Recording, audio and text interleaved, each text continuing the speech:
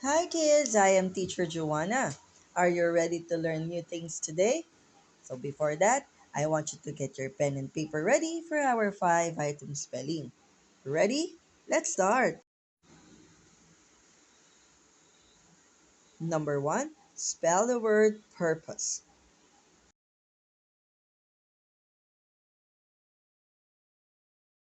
Number 2, spell the word appropriate.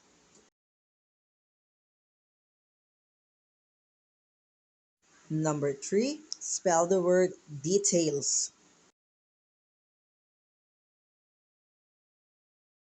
Number 4, spell the word distinguish.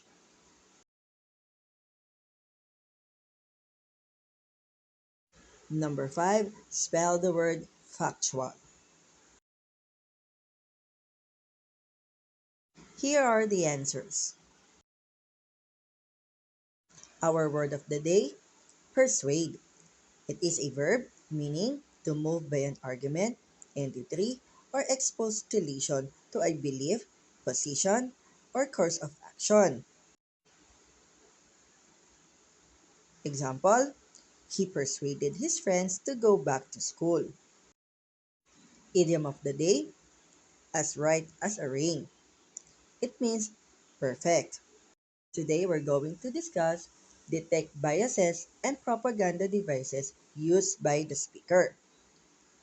So at the end of the lesson, you are expected to recognize evaluative words of choices to detect biases and propaganda devices used by the speaker.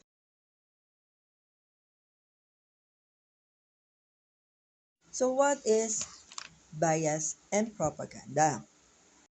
When we speak about bias, it means that it's a judgment based on a personal point of view or prejudice in a favor of or against one thing, usually in an unfair manner. And when we speak about propaganda, it refers to the spreading of information, ideas, or rumor with the intention of influencing people's opinions or emotions. Do you know that there are 7 types of propaganda devices? First, we have name calling. It means links a person, product, or idea to something negative.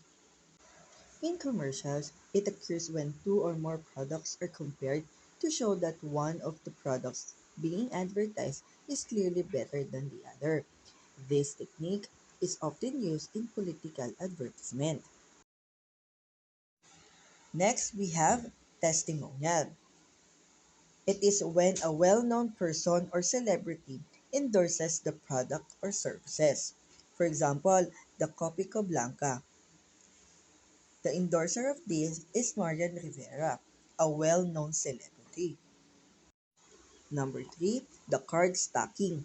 It focuses only on the best features or facts that support their arguments. It can be very difficult to detect if you are not familiar with the subject. Next, we have the bandwagon. Encourages people to join the crowd and take action because everyone is doing it. Example, the Oral-B advertisement. Number 5, plain Fox. Uses ordinary people to sell a product or a service. It establishes that ordinary people have the same views or opinions as to the people he is appealing to. Number 6, transfer. It means relays a product to someone we respect or something we like. For example, Sarah Geronimo.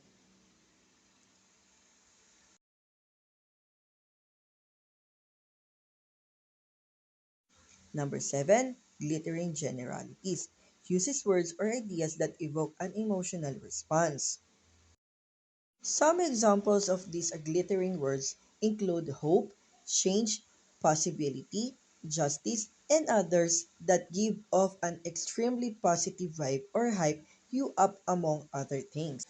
Again, what are the 7 types of propaganda devices? We have name calling, testimonials, card stacking, plain fox, bandwagon, transfer, and glittering generalities. With the mass of information available nowadays, it is important to able to recognize bias in the news. So, here are some tips in detecting bias. Number one, read the article critically. Biases can be subtle and hard to catch, so reading every single word in a newspaper article could help you to find bias in reporting. Number two, look at the headline. Evaluate each word in the headline to check whether it describes something positively or negatively. Ask yourself why the headline might not be totally neutral. Number three, ask yourself if the article helps or hurts anyone. Look at the words used to describe the people, political issues, and events mentioned in the article. If the language makes them sound good or bad rather than just neutral, the reporter may be trying to influence you to favor one side over another. Number four, look for exaggerates or colorful language. Consider whether the words used by the reporter are informational or emotional. Identify the reporter's tone to see how they feel about the topic. Take note of how the reporter writes the story. They may be sad or happy about a particular event or angry at some point. Number six, check out the images to look for bias. Photographs and other forms of images can tell a story. Consider how the image affects your feelings.